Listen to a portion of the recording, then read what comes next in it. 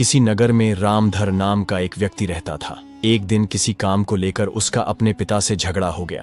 पिता ने उसे 5 सोने की अशर्फियां देते हुए कहा, घर में सारे दिन पड़े रहते हो, यह अशर्फियां लो और बाहर जाकर कोई व्यापार करो तथा धन कमा कर लाओ।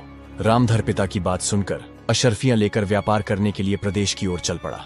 वह सोच रहा था कि इन 5 अशर्फियों से कोई छोटा मोटा व्यापार कर लेगा और खूब सारा धन कमाकर अपने पिता को दिखाएगा। यही उम्मीद लेकर वह चलता चला जा रहा था।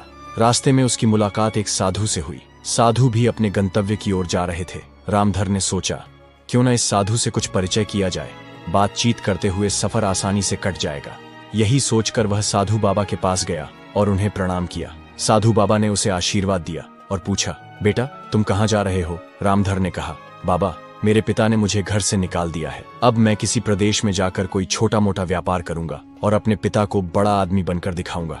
मेरे पिता ने मुझे 5 सोने की अशर्फियां दी हैं। इस प्रकार बातचीत करते हुए साधु और रामधर दोनों आगे बढ़ते रहे।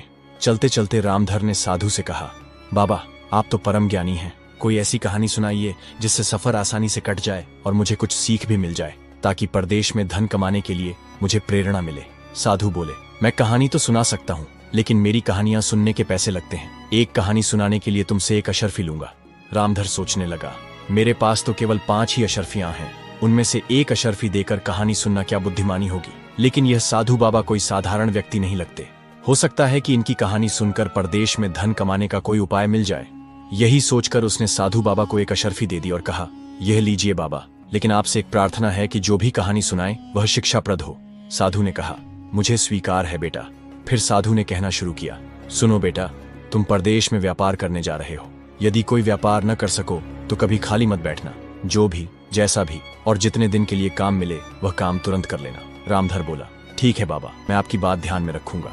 अब आप कहानी सुनाइए। साधु बोले, बेटा मेरी कहानी तो समाप्त हो गई।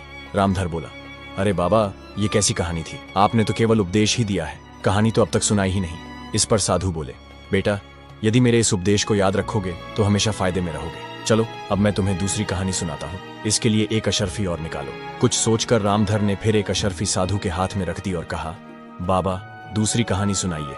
साधु बोले, सुनो बेटा, कभी किसी दूसरे के हक पर छल कपट या प्रपंच से अधिकार मत करना, दूसरे की वस्तु को मिट्टी के समान समझना और अपनी नीयत कभी खराब मत करना। इतना कहकर साधु चुप हो गए। रामधर बोला,